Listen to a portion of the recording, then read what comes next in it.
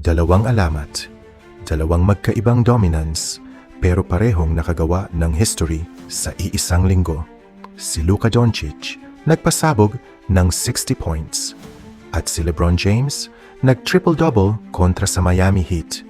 Pero ang tanong, sino ang mas astig sa dalawang performance na to?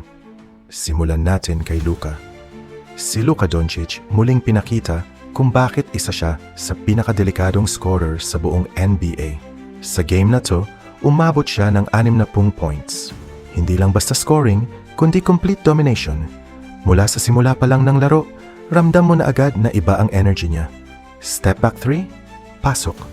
Driving layup kahit may bantay, easy. Mid-range, automatic. Halos kahit anong gawin ng depensa, wala silang sagot. At ang pinakagrabe, hindi lang siya scorer. Nagbibigay din siya ng rebounds at assists.